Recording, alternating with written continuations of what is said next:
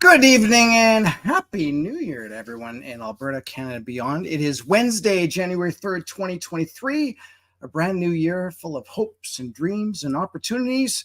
And I'm Kerry Lambert, and I welcome you to an online webinar, Eating Solutions for a New Alberta, brought to you by the Alberta Prosperity Project, also known as APP. Before I continue with this, I did get a couple of notifications that we're having some problems streaming out to Facebook. And it actually looks like we may not be streaming out to LinkedIn as well, but we are streaming out to Twitter. I'm going to continue on with this because I think it's important that we just do this anyways, and we can always end up posting this later and having people ask questions. So I'm just going to continue with as it is because that's the way the APP ball is going to just keep going. We got to keep going no matter what happens. So APP's purpose is to educate, inspire, and unite all Albertans, businesses, and organizations to protect their prosperity, individual freedoms, rights, and sovereignty by empowering the Alberta government to restructure Alberta's relationship with Canada. Of course, we couldn't do this without your help. If you can, please share this webinar on whichever platform you're on. We're on Facebook, Twitter, LinkedIn, and Rumble. As well as after this live, we're also on other video and audio sites like Apple, Spotify, Vimeo, etc. These webinars do take time and effort, and we're starting with sponsorships on our webinars. If you'd like to sponsor an upcoming webinar, you can contact with us at albertaprosperity.com. And just let us know what you're interested in terms of doing some sort of sponsorship, and we will get back to you ASAP. Of course, we've been on a bit of a Christmas holiday break. Well, some people have anyways. I've still been doing these on Wednesdays, but for the most part, we haven't had new guests. We've been replaying the top three of the top 10 APP webinars of 2023, curated by yours truly. We had over 40 episodes, and there's so many good ones that it was difficult to pick the top 10. Of course, on December 23rd, we had the history of independence in Alberta with Michael Wagner. And last week, December 27th, was Can Alberta Afford to Stay in Canada Much Longer with Marty up north, which those two in particular were great to look back on because those were recorded in April, and a lot has happened since April. And of course, tonight's discussion is about the Alberta Pension Plan with Tanner Hnidey, which was originally broadcast on Thursday, October 19th, which is why you may have seen the poster that said Thursday, January 3rd, and that was just a mistake for tonight's episode. If you'd like to know my top 10 list of our APP webinars, I'll be posting that in January in the APP newsletter, which you can only get if you are an APP member. And you can go to albertaprosperityproject.com in order to find out how to be a member, what is going on with Alberta Prosperity Project, etc., etc. Here's something that's kind of cool. We've got events coming up this year. A lot of events. So the first one, of course, if you go to the front page here of the Alberta Prosperity Project, it's the Tucker Carlson event that's at Rogers Place. So we are one of the groups that managed to get a whole lot of tickets. And what we're doing is there are $175 tickets plus all the service fees. We're waiving all those service fees for you. All you have to do is pay the $175 and boom, you're there. And that's exactly what we want you to do. All you have to do is just go and get yourself a ticket. You can go on here. I'm just going to open up another page here, and that will tell you all about where you're going to be sitting, etc., etc. And you can just go ahead and buy the tickets here. We have had people ask, where are the seats? Wherefore art thou seats? Well, here we are. Here's the stage inside Rogers, and our seats are this group here, 5 to 10, and this other group, 5 to 10. So I believe it's 118 and 104. I'm just going to verify that by going back onto here. And it is 118 and 104, rows 5 to 10. So that's where your seats would be. Or, and I'm just going to put this back up here. There you go. And you can also go and find it at bit.ly/apptucker24. That's another shortcut in order to get there if you can't get to the web page here. But we also are selling them on the Whistle Stop page. And actually, I'm just going to call this up right now. I was a little tardy on that.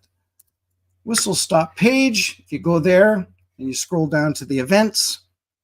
There's Tucker's face right there. Click on that. And these are regular $800 tickets. And they are going for $500. That's where we're selling them for through this. And here you can see how close you are. You can actually probably even get a little bit of drool from Tucker if he talks a little bit too loud. And Rex Murphy and Conrad Black as well. So there you are. That's what we're doing. So you can go there. And for those tickets, again, you can go on to the Whistle Stop page. There we are. whistlestoptruckstop.ca. That will get you. So we're hoping to have a lot of APP members there. I know I will be there. My plan right now is to actually sit with the APP seat. So it's I'll probably be in section 118, somewhere in the row 5 to 10. So if you want to come and sit with me, that's what you can look for. What else have we got going on? The other events. Let's go look at some of the other events here. So we've got up on the upcoming dates here. We've got APP Grand Prairie presents Brett Oland, who's from Bow Valley Credit Union, and that takes place on January 11th. What else have we got? We've got, of course, our Tucker Carlson Live. We've also got the chapter meetings. They usually end up doing their own chapter meetings, dinner. Maybe they'll have a speaker or two in there. And so there you go for that. And we've actually got two other things that are very pressing. One is we have an event called The River's Gonna Break, and it's with the Steve Castle Band. And the idea behind this, and this takes place in Grand Prairie and in Peace River. You can click on the events to find out when they're going to be there, is basically just to get a whole bunch of like-minded people together, have conversations, see what's going on, and just tear it up with some good old dancing, right? I think that's the important thing that we should be looking at for 2024 is everyone's been so down on, oh, we got to do this and we got to do that. We should be able to do things and kind of make it go back to the way it was, if you remember that far back, and just going out and having some fun. So I'd suggest that if you can make it out to any of these events, please do. The other thing that is so topical with tonight's topic is the Alberta Pension Plan. And I believe we're starting on January 17th. And we're going to have a panel discussion, Alberta Pension Plan to Start to Sovereignty. We have Nadine Wellwood, Tanner Hnidey, who's on tonight's webinar replay, and of course, Corey Morgan, who was also on the Sovereigntists Handbook tour that we just wrapped up. We did October, November, and I believe the beginning of December. So great conversations with those people. You can ask questions about what's happening with the Alberta Pension Plan, et cetera, because it seems that there is a group of people that are just basically saying, you know what, we don't need to be doing this Alberta Pension Plan. We should be doing exactly the same old that we've always done for the, how many years?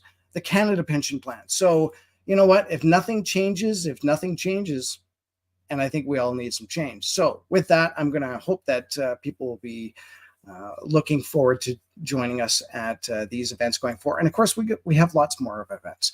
These are the ones that we can actually talk about right now. We've got other things that are going to be coming out through the rest of the year. And with that, you know what?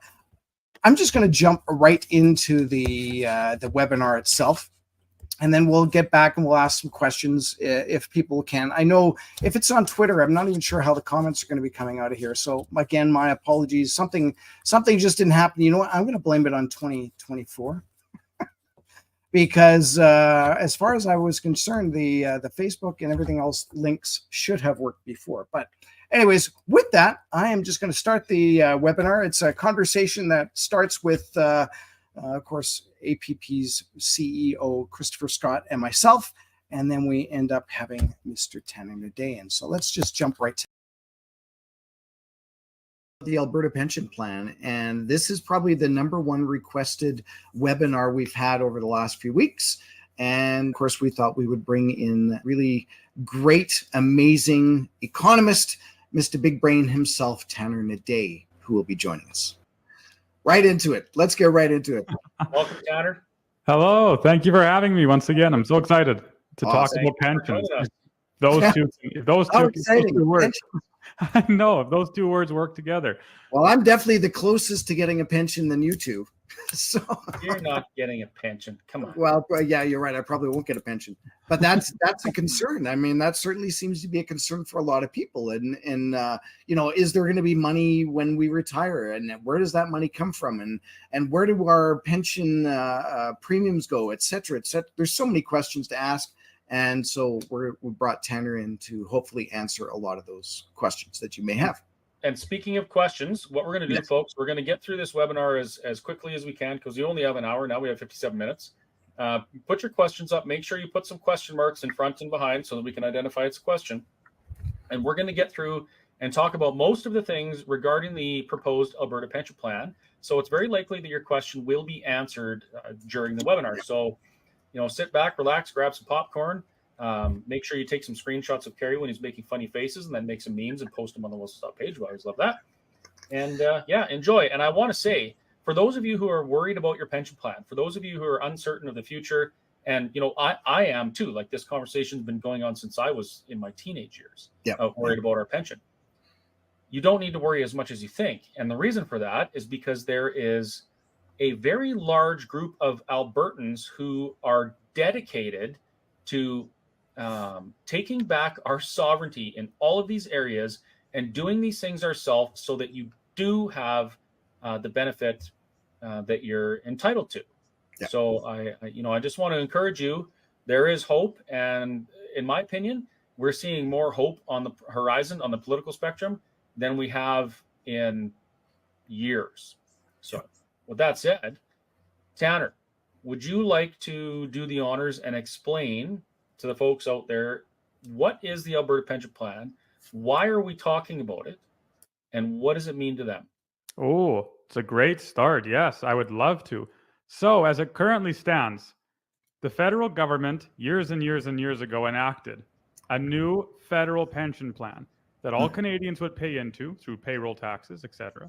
And then when they retired at a certain age, they would receive their earnings back in the form of a pension.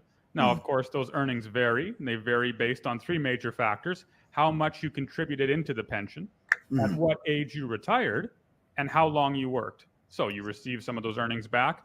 And then, of course, in your senior years, you're able to, at least in part, fund your activities and your life with that Canadian pension plan. Now, the Alberta government has just proposed that Alberta, the province itself, emancipate its people from that Canadian pension plan and instead move to its own Alberta pension plan. So we would take all of those contributions that right now we're feeding into the Canadian pension plan, and we would divert them to our own Alberta pension plan. And of course, there are numerous benefits to that, multiple benefits. And you know, some people are concerned. I'm not so concerned. But there are numerous benefits that arise as a consequence of that. And so that's what the debate and the discussion is right now. Of course, if you're Canada, if you're the rest of Canada, if you're especially the East, Ottawa, and so on, you're particularly concerned about this, because Alberta shovels a solid chunk of money into the Canadian federal pension plan every year. Whereas if you're Albertan, you're excited about this, and you have every reason to be, because the decentralization and the benefits that will accrue as a consequence of the new pension plan will increase the total well-being of Albertans overall. So let me just interject here. What you're saying is we already have a pension plan. It's the Canada Pension Plan, and the federal government, they formed that so that people would have some money when they retire. So isn't it always better if we're working together? Isn't it always better if there's a bigger employment pool to fund these pensions? Why would we want to go out on our own? I mean, we've only got 4 million people here. What's the point? Right. Another great question. So firstly, the idea that the bigger government is, the more efficient it is as you know, is precisely wrong. I know you're asking a question. I know you know the answer. But when government expands, it doesn't become more efficient. The exact opposite happens. It becomes increasingly inefficient. So right now we have this massive bureaucracy in all areas of government, but also with the Canadian Pension Plan, that are that are accruing all of this unnecessary loss because of their size. They're being wasteful with money. The actual government, the bureaucracy is so huge that along with funding our pensions, we have to fund their salaries as well. Now, this idea that it's better that the entire country work together, it's another good question, because you hear it often, particularly from liberals, but also from other branches of government, other parties in government. And the answer is, if that were true, why have provinces at all? What's the purpose of having any division of power? Mhm. What's the purpose of having any sort of decentralization? You see, the interests of the East are not our own interests. And that's not even necessarily a bad thing. People are just different. The desires of the East are different than the desires in the West. The desires of the North are different than the desires of the South. And Danielle Smith and her Alberta government have been elected for one purpose. The purpose is to serve the people of Alberta. It's not to serve the people of Canada. It's not to serve the entire Confederation. It's to serve Albertans. And if a program or policy can be enacted which betters the quality of life for Albertans, then the Alberta government has an obligation, a moral obligation to do so. Now, the pension would do such a thing. It would increase the overall well-being of Albertans, and so it should be enacted. When Mr. Trudeau released his letter against Smith, of course he appealed to the socialistic ideal that this would harm all Canadians. It would harm other Canadians. And the answer is quite simply, although it sounds harsh, it's true, other Canadians are not the Alberta government's concern. If they were, the other Canadians would have also voted for the Alberta government, but they don't, because that isn't their province. This isn't their province, it's our province. And so Smith's prerogative is to serve Albertans first. This program, a new Alberta Pension Plan, serves Albertans first, and so it should be enacted. Let me just throw this out there. I've been thinking about this a lot, and specifically the amount of money that Alberta is saying that the legislation calculations would have us pull back from the pension fund. It's huge. I think it's like 40% of the fund or something along those lines, 343 billion-ish. Yeah. Now, of course, that's negotiated, and that's something we'll deal with the federal government. But people have been saying things to me like, well, what about the other provinces? Just like what you mentioned. And while our government does have a responsibility and a moral obligation to put Albertans first because they serve us, I actually believe that we have a moral obligation to go through with this in order to encourage the other provinces to stop pursuing ideological policy that reduces their prosperity. And in turn, they rely on entitlements from provinces that are being prosperous because we extract our resources. For instance, Quebec, they have huge natural gas reserves, huge. They could be probably energy independent. They could be a net exporter, but they don't, because they have an ideological policy that says we're not going to develop our resources because climate change. But they still get, whatever $10 a day daycare and all sorts of entitlements from the federal government that largely, not completely, but largely come from our net contribution to Confederation. When we stop doing that, we stop enabling the other provinces to pursue anti-human policy, and we can turn them around and have them prosper as well. So, the moral obligation, in my opinion, it extends further than just Albertans first. It means that we have to stand up against this stuff and show the other provinces that, they can be prosperous as well. Yes, precisely. There's this fallacy that big government is needed to sustain a nation. That's not true. It's exactly the opposite. The smaller the government, the more prosperous a nation tends to be. The smaller the bureaucracy, the freer the people. And so any policy which pursues that objective, in my mind, is a good policy, which is what the Alberta Pension Plan does. You're right. It would, at the very least, open people's eyes to the fact that you can't always rely on an unthinking economic engine, right? Or can't rely on wealthy provinces to fund your activities. There's nothing selfish about that, nothing at all. Instead, it's just a consequence of reality. So I'm assuming that you've done some digging into this and you've crunched some numbers. What does an Alberta pension plan look like for the average Alberta pensioner? We like it. We like it a lot. Yeah. So numbers vary a little bit. Numbers are a funny thing with regards to economics because there are so many variables that can be injected into equations that it becomes very difficult to accurately predict how numbers are going to turn out. Many economists aren't very good at predicting the future. So I instead actually prefer to look at the theory behind things. But there are numbers to this that do make sense. So for example, with an Alberta pension plan, you could cut rates almost in half, contribution rates almost in half compared to what they currently are without sacrificing any benefits. And that calculation assumes that Alberta's working advantage won't continue into the future, which is a dubious proposition. I think that's wrong. I think it will continue into the future. And so I actually think the contribution rates can be even lower than that. More so, Alberta disproportionately funds, right, billions more into the pension plan, the Canadian pension plan, every year versus what our pensioners receive, right? It's like 3 or 4 or 5 billion, right? It varies a little bit based on the year, but it's billions more. And the reason for this is threefold. First, Albertans on the whole are younger than other provinces. Secondly, because in part we're younger, we also work more. There are more workers in Alberta compared to other provinces. And thirdly, as a consequence of our natural resource, as a consequence of technological innovation and other factors, Albertans on the whole are wealthier than other provinces. So these three factors combine to form this reality that says, or that it creates this situation where Alberta disproportionately contributes 3, 4, 5, etc. billion more into the plan every year versus what it receives. So of course, if you had your own plan, all of that money would stay in Alberta. It wouldn't be shoveled into Ottawa any longer. It wouldn't be shoveled into that Canadian pension plan. Instead, you would keep it here at home, and then you or the government could decide what to do with it, whether they hand it back to individuals, whether they invest it, whether they put it towards pensions, what might have you. That's for the government to decide and for the people to decide. But the point being, you would have all of that extra money still here at home.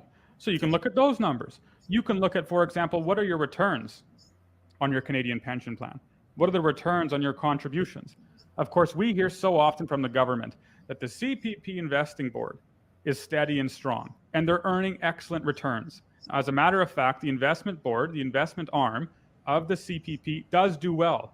Their investments, at least over the last few years, have done not too bad.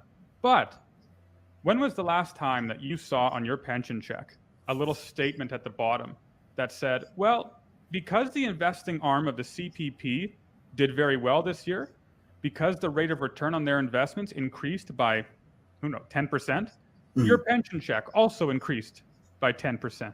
Of course, that's nonsense. That's not how the pension works. Again, as we mentioned before, your pension earnings are calculated based on how old you were when you retired, how many years you worked, and how much you contributed. So it might be that the pension board or the investing board, the investment arm of the CPP, is doing very well. But for you as a pensioner, it makes no difference regarding how much you actually earn. So instead you ask the question, how much do I earn? What is my rate of return on contributions? And the answer is they're very dour, as in if you're born after 71-ish, then they're about 2.1%. And that's before this hydra of inflation, or that number was calculated before this hydra of inflation started crushing Canadians. So if you take massive inflation into account, which I know the pension plan doesn't control, but if you take massive inflation into account, then the returns on your pension are dismal. They're nowhere near this pot of gold at the end of your working life that big government promises. But that's so typical of government programs, right? They say, without us, you would be in dire straits. Without us, you'd be in serious trouble. Without this glorious and great program, your life would be awful. But when you look at the facts and look at the numbers, you realize, as it so often is with other political theater, all of what they're saying is smoke and mirrors. All of what they're saying is this vapor that appears for a while and then it's gone because the truth emerges from behind its midst. So you have those numbers. And then, of course, you have the actual numbers of the pension plan itself, what they're investing in, and so on. But to keep things simple, that in itself seems simple enough. Alberta has contributed over the years tens of billions of dollars more into the pension plan versus what it's received. The earnings on your contributions to the pension are dismal. They are nowhere near this fantastic platinum return that government makes it sound like they are. And the current pension plan itself, although it's doing well, is struggling very desperately because it's a primarily pay-as-you-go system. Canadians are getting older, and the sustainability of the pension plan at current rates isn't viable. It has to increase. The rates will continue to have to increase the contribution.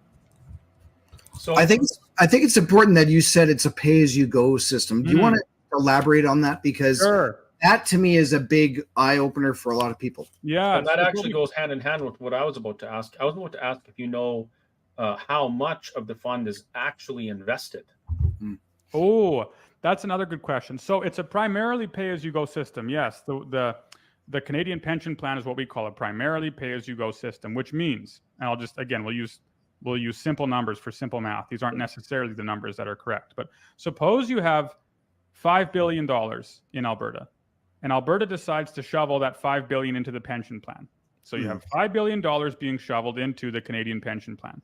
Now, the pension plan itself takes, let's say, 4 of those $1 billion, or 4.5 of those $1 billion, and it moves it then to pensioners. So almost as fast as the money flows in, the money flows out. You know, we tend to think of the pension plan as like a big oat pile where you're just piling on the money, and then pensioners take out just a little bit at a time. No, it doesn't work like that. It doesn't work like that at all. Instead, as fast as the grain, as fast as the money is coming in, it's being shoveled out. Now, not every single cent, of course, is shoveled out. Not every single dollar that's given to the CPP is given back to pensioners. Of course, some of it is invested, and that changes from year to year. But as the boomers begin to retire, right, as more and more Canadians begin to retire, we're seeing, of course, more and more pensioners demand their checks, demand their pensions, because it's time for them to collect their contributions that they've made all their lives. Now, as for the actual numbers, Chris, I don't have them on me, but I do know that Fraser Institute does. And so if the audience wants to look up, you can just look up Fraser Institute. There's a little search bar on the right-hand side, and you can just look up Alberta Pension Plan or Canadian Pension Plan, and there are beautiful graphs that detail, well, there are a bunch of them. I don't know what the most recent study was. There's even one done just a couple months ago, actually, that tell you what the current rates of investment and contribution rates are, along with the actual Canadian Pension Plan Investing Board website itself. There's a massive paper. It has their most recent update, their fiscal update, and there they give all the numbers and board updates and so on. It's very exciting to read. We'll see if we can pull that up and have a quick look at it. Continuing on with that kind of theme, if you go on social media or you pick up a newspaper or turn on the radio, we're hearing a lot of people speaking very negatively about the Alberta Pension Plan. Now, I've heard some specific numbers as to what it could look like for Albertans. And if I was a pensioner, I would be thrilled. I'm thrilled as an employer because my contributions likely will be brought down. Why are there certain groups who are being so negative about this? And actually, coincidentally, it's the same groups who were saying that our hospitals were going to be sold if we elected the UCP. But anyway, do you have a comment on that? Sure. It's the same groups that strive for big government. They love power. They love control. They love the way that our current government is moving. They love that direction. And they love a socialist ideology. The way that they implement their views, the way that they implement their ideology itself, in my opinion, is through economics. They don't do so militarily, not at the current time anyway. Instead, they do so through the arm of economics known as pensions, taxation, public healthcare or government healthcare, government schools, and so on and so on. You see, suppose that you have a pensioner, say he's 70 or 75 years old, and one day a news announcement is made that says, unless you transfer your account or transition your bank account to digitalized, centralized, or to a digitalized, centralized currency system, you can't receive your pension check. those pensions now will only be delivered to Canada's new digital currency system. Or you could equally say that perhaps the government might one day announce that unless your pension check is used for net zero activities or carbon neutral activities, you can't use your pension checks. You see, government has really since its inception, really since the beginning of human history, used economics, used money, used man's natural desire to survive and thrive and flourish to steer humanity in the direction that it wants to go. So you see all of these activists talking about how if this big government program, if the Canadian Pension Plan is removed, then we'll be so unsafe, or then things will be sent into a spiral, then the entire province will crumble, then the country will be thrown into chaos and panic. In reality, what they want is that leverage that the pension plan affords them to impose their values and their immorality upon the nation. You'll notice that it's never those individuals who love freedom that try to resist Alberta's own pension plan. It's not those individuals who want smaller government that try to resist Alberta's own pension plan. Instead, it's those who love big government, who love power, who crave control, and will do absolutely anything to secure it. So you mentioned about central bank digital currency and having that tied to a pension.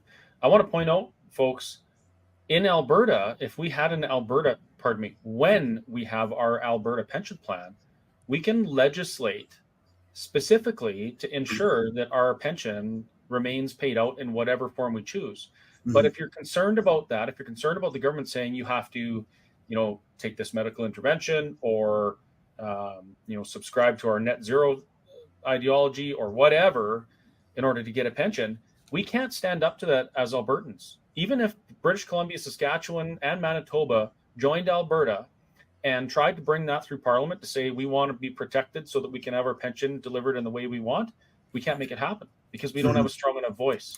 We can't get laws passed on a federal level, but we can on a provincial level. And thank God, a pension is one of our areas of constitutional sovereignty. And that's, we have every reason in the world to do this. Yeah.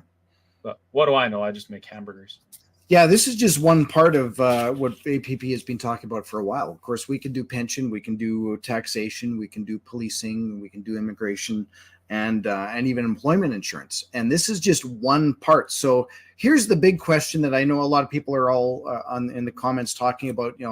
People are close to retirement and they're worried about that. But here's the big question: how do we even implement this? What are the steps that would be needed in order for Alberta to actually create its own Alberta pension plan? Oh, good question. You know what my answer is? It's simple. The steps are you do it. You do it now. Yeah. It sounds oversimplified, but the honest truth is Alberta has the provision under the Constitution, as you mentioned, to take control of its pension plan. Under the umbrella of power that's been granted to Alberta, we can right now take control of our pension plan. So you do it. The government should do it. Now, of course, they'll hold a referendum and make sure that the totality of Albertans agree with doing such a thing. And so education is so important. But aren't you tired, as so many other Albertans are tired, of all of this political maneuvering and taking very small steps to do anything at all? It's like everyone's tired of that. Instead, let's take a giant step. Here we have our opposition. Here we have those individuals in Parliament in Ottawa who are taking massive steps at the present time, trying to run as quickly as they can towards their agenda, towards 2030, 2027, 2050, all of these numbers. They're moving as quickly as possible. And if we, in defense of our sovereignty, in defense of our individuality, opposing these massive moves, take these small little steps, take these of course you have to be careful, but if we just take these small steps over a course of years, it's going to be far too late for us to do anything at all. And so instead, the government should sit down and say, hold the referendum as quickly as possible, and then say, here's the directive, here's the mandate from the people of Alberta, we're going to do it. That's the end of it. Let Trudeau have a temper tantrum if he wishes, if he wants. Let him hurl every slur that he can think of, if that's his prerogative. It doesn't change our dedication to freedom. It doesn't change our dedication to do what's right. And so I gave the answer, you do it now. There was an old answer by Friedman when some student asked him the same question, how do you implement a more privatized school system, was the student's question. And Friedman's answer was, you do it now. You just do it. The longer that you meet government officials and people who are involved in that sector, and I know that so much that happens there is fluff. So much that happens is unnecessary.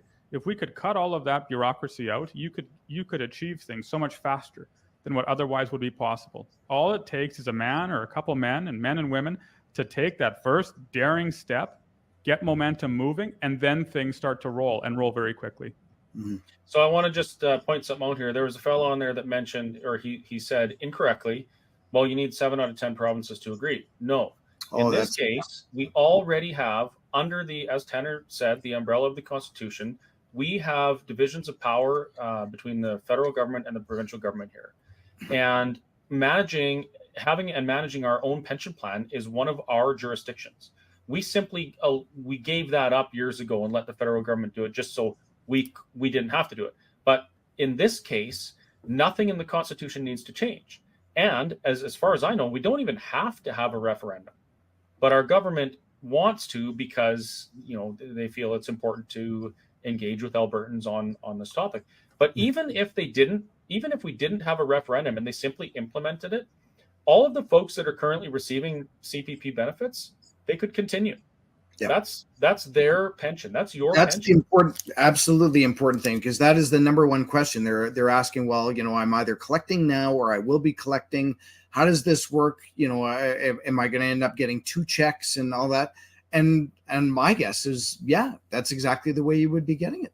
You'd get whatever has been contributed into CPP, and then whatever's contributed into the Alberta Pension Plan. And as far as I can tell, it would still be a choice type thing, because if you want to receive half as much of a pension check as an Alberta pension plan, feel free. I mean, that's your prerogative, right? Yes, that's a great answer, Chris. Let people vote with their feet. You see, when Mr. Trudeau released that letter a few days ago, you of course hammering Smith for the fact that she would dare, talk about an Alberta pension plan. You notice how he failed to mention that Alberta's own pension plan would be a great disservice economically for Alberta. He didn't mention that in the letter. No, instead he appealed to the will and the desires of all Canadians. And the third or fourth paragraphs, he talks about how it would be so damaging for Canada. It would be so damaging for the country, because Trudeau knows that the economic benefits of Alberta's own pension plan are clear and present. It isn't really, it isn't arguable. Like, the numbers are plain.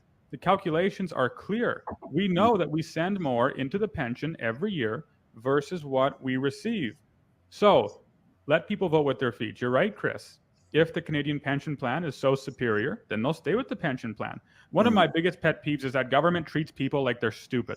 They treat people like they don't have a clue about anything. That if we didn't invest for you, you'd have no savings. And if we didn't control all healthcare, you wouldn't know what to do with hospitals. And if we didn't give you public curriculum, you wouldn't have any proper schools. And if we didn't do this and that and the other thing, your whole life would be a complete disaster. As if all of the problems, economic problems that are happening in this country aren't a consequence of the government, of big government. It's a complete inversion of what's actually true. Absolutely. There's another comment on there I'll talk about real quick. Someone says something about we have to follow a legal agreement. The agreement that Alberta entered into to participate in the Canadian Pension Plan is based on a piece of legislation, and the legislation outlines our responsibilities and also our right to withdraw and the calculations for doing so if we choose to do so. So, I mean, that's that. Yes, we can free ourselves from the pension plan legally. It's not. You're right, Chris. You don't need a referendum. You can do it now if you want to. You can do it as quickly as you can. Yet nothing else has to be changed or overturned in the Supreme Court for it to happen. I do want to go through some of the numbers, because I know there are people that may haven't even looked into this, and they're just assuming that once they turn 65, hey, I get this pension. Well, it's not exactly that. That's not really the way it works out to be. So the way you can opt in basically when you start working, and you as an employee put in 5.9%, and your employer puts in 5.9%. So let's just say six and six, so roughly 12%, and that's roughly a maximum of $7,400 per year. And over the 40 years, you've actually contributed about $300,000 into your, if you want to call it a pot of CPP, even though this is, as we were just talked about, the money comes in and then it flows out, right? And some of it gets invested. And basically what ends up happening is you end up getting back right now, based on 2022, which is, I believe, is the same as 2023, about $1,306 per month, or roughly $15,600 per year. That's the way the CPP model works. And if you decide to take early retirement benefits at age 60, you actually lose 0.6% per month up until 65. So a lot of people ask, should I retire now? Like, I'm 60, should I retire now and get my CPP, or should I wait till 65? Everybody has their own reasons for doing things. Maybe you need money. Maybe you don't want to do a reverse mortgage on your house, or whatever you want to do. But basically, over that 5 years equates up to 36% more on your CPP. So all these calculations, they're all just up on the internet. It doesn't take a genius to go and figure this out. But the thing that we should understand too is, so you still have to apply for CPP. It still takes a certain amount of time to do this. And the question, of course, has come up. So what if you're a self-employed and you haven't put money into your CPP? What money do you actually get? Well, once you turn 65, you do get a benefit from the government, whether or not you've been a productive part of society or not. You get an old age security pension, right? And I believe the number was about $800. I could be wrong on that. I wrote down a lot of numbers. I think it's $650, but there you go. So something like that. So, the idea is that if you are 65 and you have put in your effort, and whether or not you're part of Alberta or a Canadian pension plan, you have put in a considerable amount of money. And with your CPP and your old age security, you do get back about $24,000 a year. That's kind of what it ends up being. The reason I tell you these numbers is because this is based on the pool of a Canadian pension plan, Canada pension plan. If we had an Alberta pension plan, we can change those numbers. We can do 5.9, or we can make it less, so that people, in theory, maybe we only do 3%. And then in the end, you actually have an extra $2 or $3 grand in your pocket every year that you can do whatever you want to invest in, or just go and buy something if you want to do that. I think it's important to note that it's not just a pension plan per se that we're talking about. We're talking about what money would be for Albertans and what Albertans can do with that money. Yes, you've hit a nice point there, Kerry. What you're talking about is opportunity cost. Yeah. So suppose that Kerry has to invest or has to contribute $10,000 every year into a Canadian pension plan to receive the same benefits that he would if he invested $6,000 or contributed $6,000 every year into an Alberta pension plan. Think about all that Kerry could do with those $4,000 left over. He could invest those $4,000 and probably do very much better than the current Canadian pension plan will give him back in his retirement, right? And so you see how much cost there is actually to disproportionately funding a pension plan. You can put that money towards investments. You could put that extra money towards paying down debt. You could put that extra money towards paying for your daughter or son's tuition. You could put money towards all of these things that you otherwise couldn't do, because instead you have to shovel it into the plan, into the federal plan. If you had an Alberta one, you'd save that without sacrificing benefits in older age, and as a consequence would be better off on the whole. You're exactly right. Good point. Yeah. You know what else we can do? We can invest our fund wisely based on what Albertans want to invest on, and we can prevent our fund from being invested in companies based on their ESG score and based on if they're promoting green initiatives or whatever, we can actually we can hold our government here in Alberta accountable for the returns that we see on our pension plan. Yeah. Yes, it's so much easier to hold government to account when it's closer to home. In this case, when it is at home. So, of course, you can scrutinize what the CPP is investing in, and when you read their latest fiscal update, 2023 fiscal update or 2022 fiscal update, they talk about how they're increasing demonstrably their assets in green energy and in carbon neutral investments. From their right now sitting at something like 66 billion, and they're going to increase that to at least 130 billion by 2030. So the actual layout and the demographics of the fund, of the investment portion of the fund, are changing rapidly and changing quickly. But Chris is right. At home here, even though government still might try and do things which we wouldn't agree with, it's much easier to say, whoa, stop, I'm close to you. That is, you're close to where we live, so we can watch you like a hawk. And we don't like what you're investing in here, or here. Change it. We don't like this, we don't like that, or we do like this, and we do like that. Keep going with it. We like the returns. We like the way things are calculated. Let's keep it this way, or we have to change it. Whatever it might be, the point remains, it's easier to monitor Alberta's government than it is to monitor Ottawa's. Right. And in doing so, monitoring our government, we have a voice in our province, and we can change the direction of our government. We cannot change the direction that the federal government is on in this country, in this confederation. We haven't been able to do it for 117 years, and we're not going to be able to do it under the current structure and our relationship with Ottawa. We just cannot do it. And, we speak, Tanner, you've spoken at APP events about this numerous times. We lay that right out. I'm not going to get into it right now. We're going to try and keep it on track.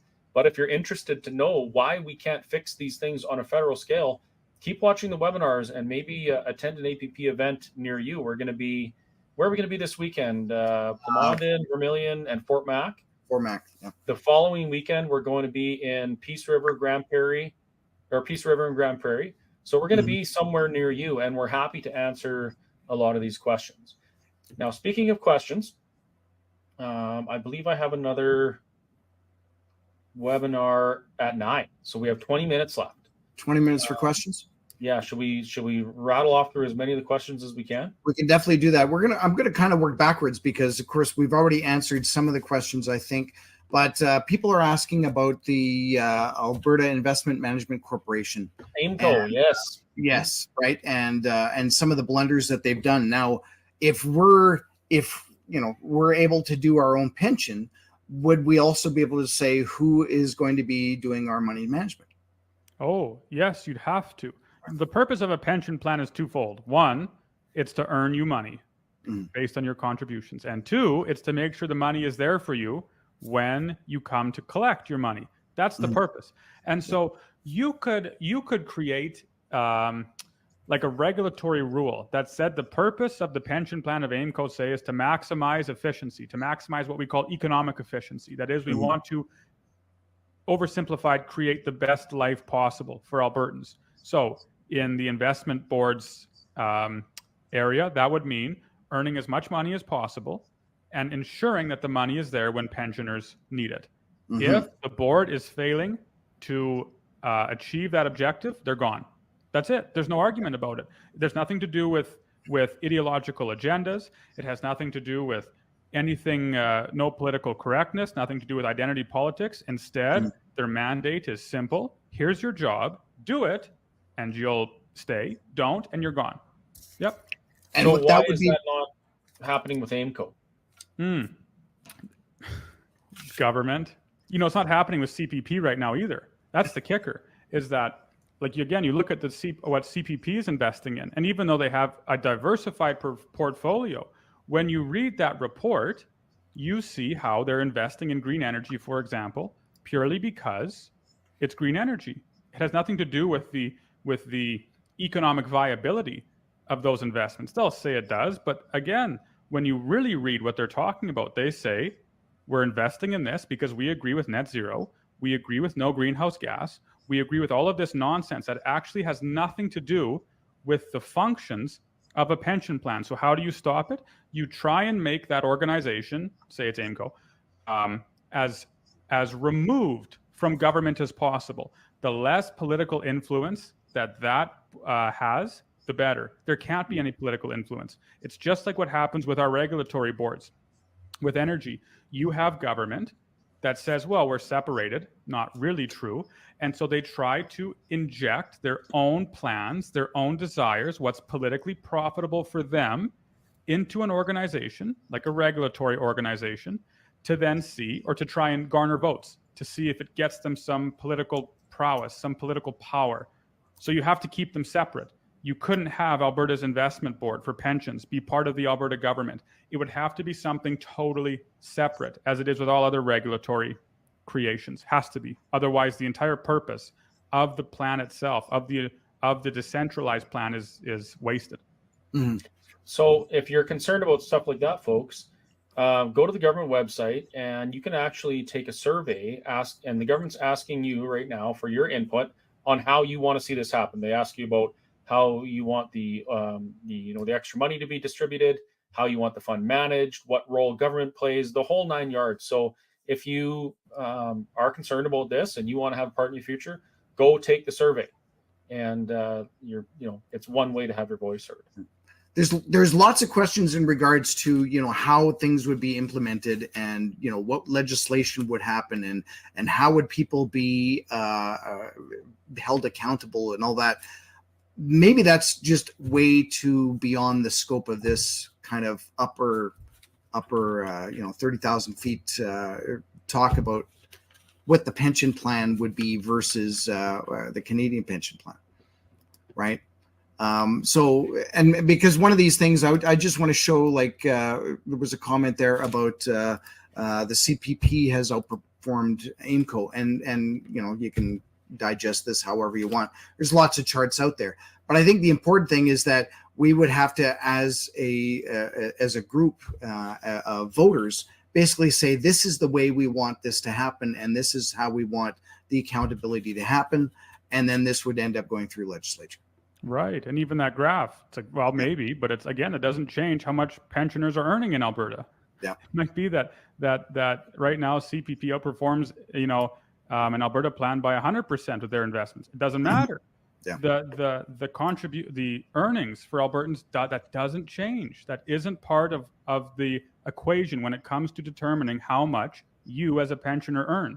That is such a typical trick that government tries to use to say, see, the CPP is powerful, it's strong. And it's like, well, actually, maybe they are doing well in their investments, but that's not correlated to how well pensioners themselves are doing. Mm-hmm. Would it be better if here's a question, would it be better if the investment arm was not part of the government? Yes, has to be. Yes, precisely. The investment arm, see, right now they say they're not part of government either, the CPP, but of course, they say that with the Bank of Canada too. That's political fluff. No, you have to have a solid separation between the government and every investing agency in the province and right in the country. There has to be a separation, because the interests of politicians are not the interests, in many cases, of private Albertans and private Canadians. So again, if you formed your own Alberta pension plan with Alberta's own investing board, then the purpose or the objective of the board would be one objective, or two: earn money, make sure the money is there. It's not to earn political points. It's not to earn power. It's not to do political favors. It's to do those two things. And if you have a politician who's trying to interject to change that directive, then they should be removed, because that's not what the plan is for. It's just to maximize economic efficiency. They have to be separated. If they're not, the benefits are wasted. There's a question that comes up quite a bit, and it has to do with current recipients of the Canada Pension Plan benefit. Yeah. What happens to them specifically? Oh, well, that'd be part of negotiations, but I can't see anything really happening to them much at all. You've paid into the Canadian Pension Plan, and so the pension should be there for you when you come to collect it. And suppose the government said, no, it's not there. Is that a government you want to be ruled by? Suppose Mr. Trudeau or the Liberals said, well, your government has decided that It wants its own pension plan. And so we're not going to give you yours, even though you paid into it for 50 years or what might have you. You paid into it for 30 years. We're not giving you your pension now because your government isn't agreeing with ours. Is that a federal government that sounds like it has the interests of all Canadians in mind? Mhm. Not at all. If anything, that gives us more reason to leave. And remember, we said this last time, Chris, I remember that. Even if the feds gave Alberta absolutely nothing with regards to the pension that it deserves, even if they cut off every single Alberta pensioner's checks every month, Alberta would still, by the money that stays in Alberta, have more than enough to pay for those pensioners who are collecting checks. That is, if we have $3 or $4 or $5 billion more staying in Alberta every year, we have ample funds to cover what would be forfeited. I can't see that happening, but if it did, we would be secure. We'd be fine. And if that did happen, that sends a pretty strong message to the other provinces who would probably stand up and back Alberta, because if they didn't, they would end up in the same boat, presumably someday as well, right? Yes, precisely. So questions again, do we need a referendum to make this change? Can't the UCP just start doing it? And I'm just going to say, so for most of this stuff, we've talked about doing a referendum. The downside of doing a referendum, from my point of view, would be we're basically opening up the debate to both sides, which is fine, except we will say that maybe the powers that be under the teachers unions or maybe other unions out there that would totally say, no, we want to not have an APP. They just have more money that they can do this big advertising and propaganda, and they could basically sway the voters that, no, this is a terrible idea. And it wouldn't matter whether or not it was a terrible idea or it was a great idea. People will only see it as being a terrible idea because that's the louder voice. Thank goodness Albertans have become much more involved and engaged in politics, and we're willing to bring more people and show up. Precisely. Do the right thing. I spoke at the Million-Person March. There were 700 people in Lloydminster in favor of what we were advocating for, and 10 at most counter-protesters. 3 or 4 of them who were loud. So the momentum is on our side, no matter what the media tries to sow in our minds, no matter what the opposition tries to make it seem like reality is. It's not true. Right now, we are without a doubt in the majority. Mm-hmm. So here's just the question: should we have a referendum on this? Should there be a referendum question? Because not only is it the actual question itself, it's all the lead up to it. It's going to cost hundreds of millions, if you want to be there, in terms of advertising and basically just getting people aware of this from both sides, for pros and cons. That is money that, as far as I'm concerned, could actually be used towards the intended goal. Put that into pension. Well, if it were me, I'd just do it. But Smith's government is playing political right now, because if the referendum is held and it passes with flying colors, Albertans overwhelmingly want their own Alberta pension plan. Then she has leverage. Then she has political muscle to maneuver her weight around in Ottawa. There are pros and cons to both. I think you do it now. I think Albertans should try and free themselves from the pension plan as quickly as possible. But I also understand why, from a political vantage point, Smith and the UCP are trying to take this avenue, at least publicly. That's what would make sense to me. Yeah.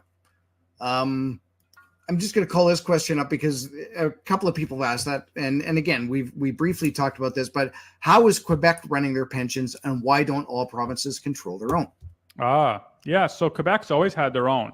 They always wanted to have their own, and it's a good question. It's a very good question, and again, I would argue that the provinces were sucked into a deal by the federal government under the guise of safety and security, unification, even though the actual purpose of the pension plan, even though government will never publicly admit it, is to exercise more control over the Canadian people.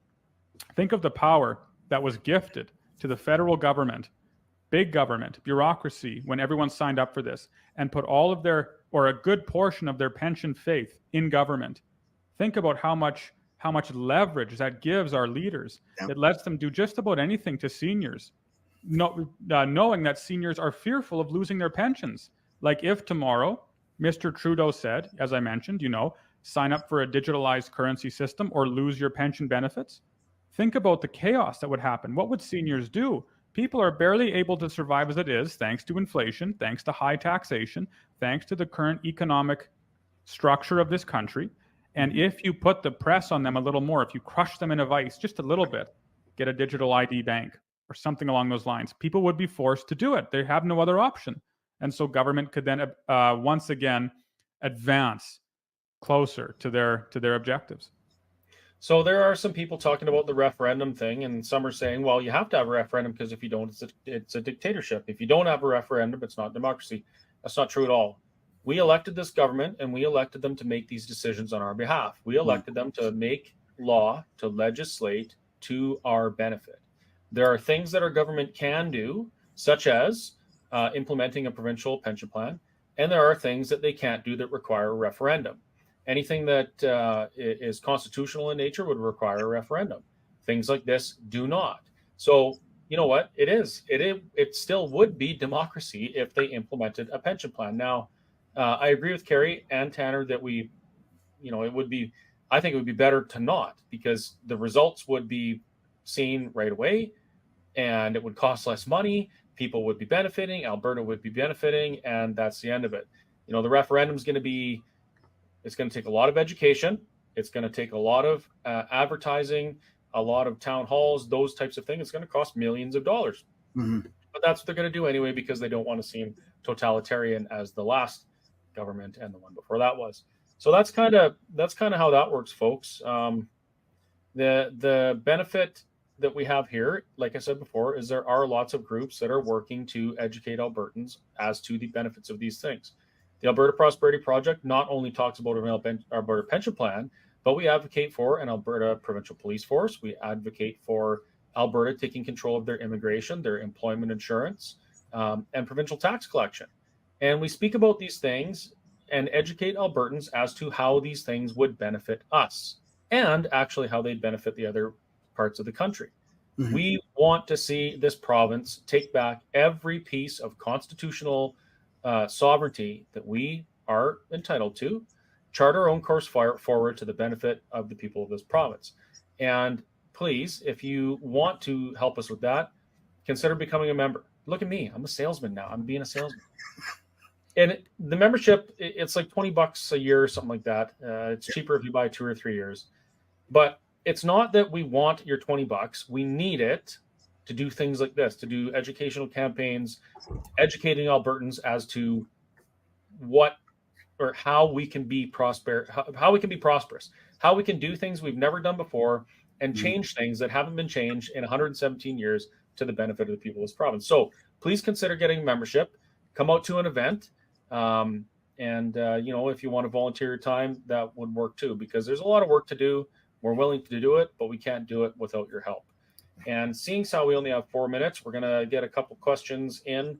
But before I forget, I do want to say a big thank you to Tanner for joining us in this webinar. When we do a webinar with you, Tanner, there's a lot of positive feedback. We really appreciate the depth of your understanding on these issues. And, I think I can speak for everyone watching when I say we certainly appreciate your efforts. Oh, my pleasure. It's so much fun to come on these shows with you. Yeah, it can be fun. Yeah, absolutely. It can be, yeah. Even on a dry topic like pensions and money matters. It's exciting for me. This is exciting. I can't believe that 10 years ago I would sit on the couch and watch. Did we watch Friends 10 years ago? I can't even remember. No, I was in the 90s. But I don't even know what I watched 10 years ago, to be quite honest. Yeah.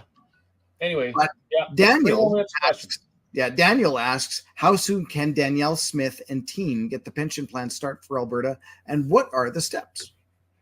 You can start right now. And I mean, of course, in a sense, they have started now, right? Because you have telephone town halls.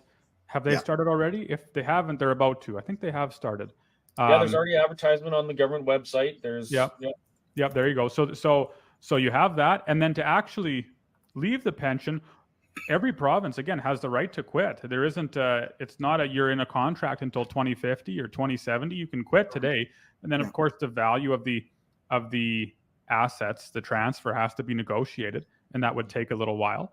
But the steps themselves are actually very simple. I think something that individuals, that Canadians have to understand is that government makes things sound very much more complicated often than they actually are. You can do a lot more than what politicians say, or they can do a lot more than what they say. They just choose not to because it's easier politically to do so and be quiet.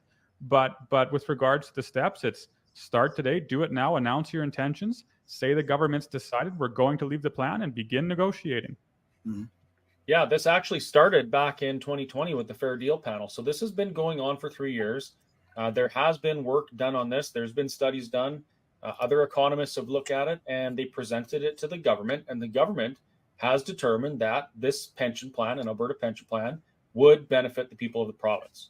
So that's why they're doing this. It's not just they woke up one day and decided to do it. The work has already been done, and we're kind of at the education stage now.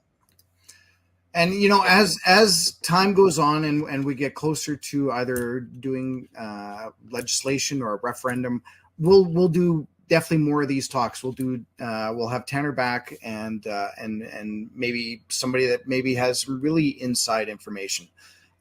So if you happen to know somebody or are able to do that, please get a hold of us. You can get a hold of us at the albertaprosperityproject.com and let us know what's going on. And you can even get yourself on one of these webinars. Yes, and if you have any questions about the Alberta Pension Plan, go to the government website, read their little frequently asked questions things first. Yep. If you have any concerns about the Alberta Pension Plan that you want to bring up and maybe have us dig into, send us a message at the Alberta Prosperity Project website. I'm happy to hear any concerns or any little intricacies that you folks see that we should dig deep on. I'd be happy to do it. And also, it's 8:59. I have another webinar starting in 1 minute, so okay, it's time to wrap this up. Wendy says, Tanner's brilliant. Thanks, Chris and Kerry. I watch Tanner daily and always learn something new. Love how he connects the Bible to our daily life from Saskatchewan, but follow you all. Thanks, fellas. Well, thank you, Wendy. Lots of praise for that. So thank you so much again for joining us. And there we go. So that was the interview with Tanner Hnidey in regards to the Alberta Pension Plan. And again, my apologies that this didn't get out to Facebook. It does look like it went out to LinkedIn and YouTube and X. So if you can look at the Alberta Prosperity Project there, and we will repost this again on Rumble and on Facebook. So again, looking at these, even though this topic was just introduced to us in October, and then we got Tanner on probably within about a week or two, kind of as soon as it was done, because I think actually saying that, I think it was introduced at the end of September. So we got Tanner on as soon as we could. But there's so much more to talk about. There's so much more to talk about. And so that's why we're doing the Alberta Pension Plan, a Start to Sovereignty panel discussions.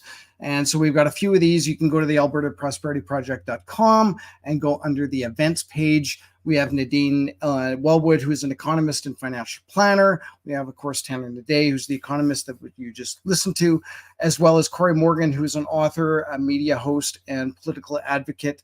All great speakers to talk about not only what the pension plan itself can do for Alberta, but what it means in the big picture.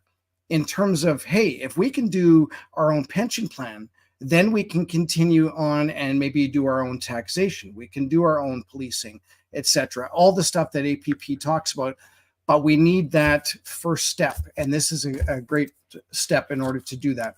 And again, you can go on the Alberta Prosperity Project.com events page and find out where and when that will be happening in your neighborhood.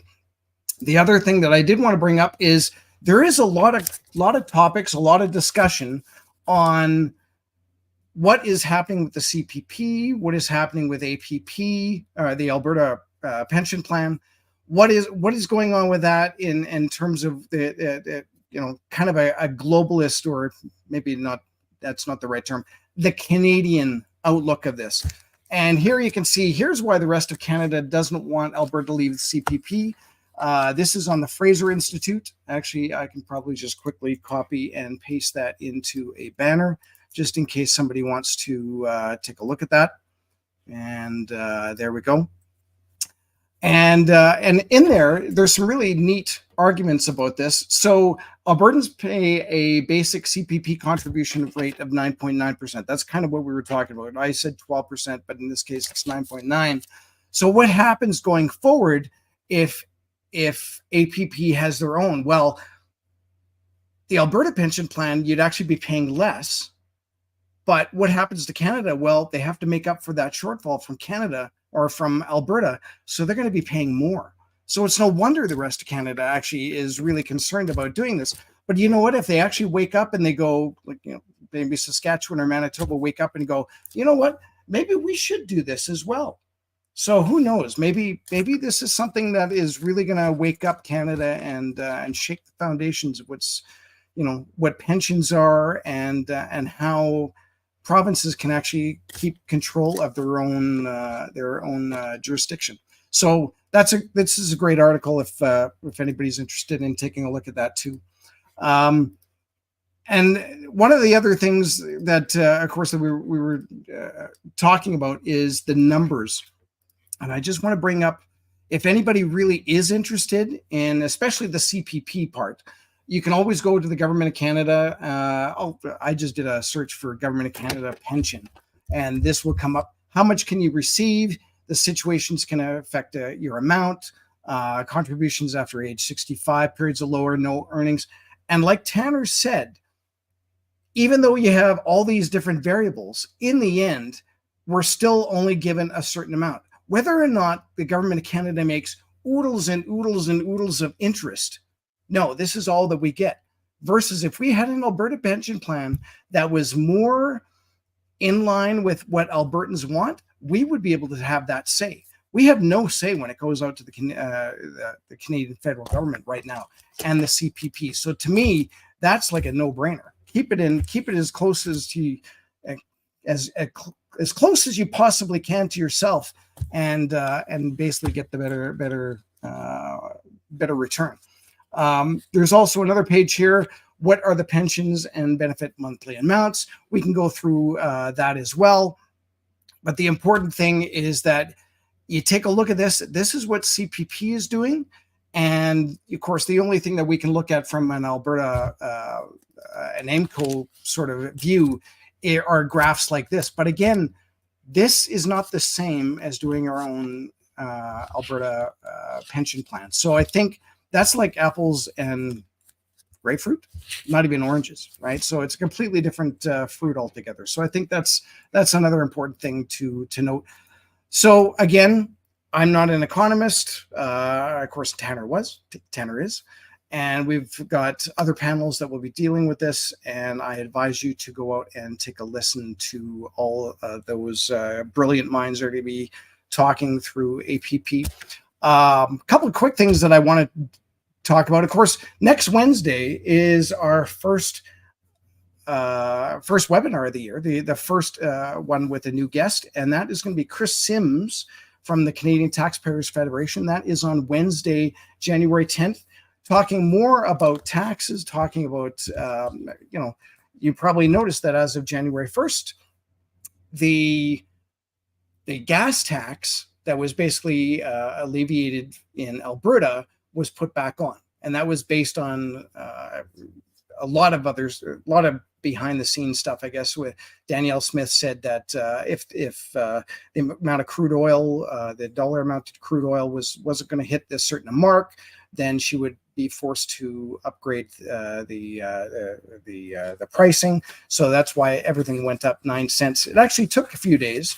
I filled up even yesterday. I filled up the day before New Year's Eve, and it was $1.09, and I filled up yesterday at $1.12. And now, when I was driving back home from where I was this afternoon, it was $1.24.9. So do the math on that. Not 9 cents, but either way, it's definitely going to be hurting us. So we're going to talk to Chris Sims about that next Wednesday and see what we can do in terms of our own Alberta and what we can possibly do. The other thing I wanted to say is that I wanted to wish congratulations to Tanner and Paige, who got engaged in December. So congratulations, you two silly kids, and all the best to you. And I hope no matter what happens, if you're getting married this year, next year, whatever, I hope everything goes well. And you guys are amazing. So I'm more than happy for you guys, and totally blessed to know Tanner as well with that as well. So with that, I think I'm going to wrap up because we're now dropped down to just a few people watching. Again, my apologies about the Facebook thing, but we will definitely get back to normal next Wednesday, whatever possibly the new normal can be. And so with that, I hope everyone had a really enjoyable holiday. I know my daughters were in from out of town there in university outside of Alberta, and they came in and had a little bit of conversation with them, of course, kind of poking them just a little bit about what's going on.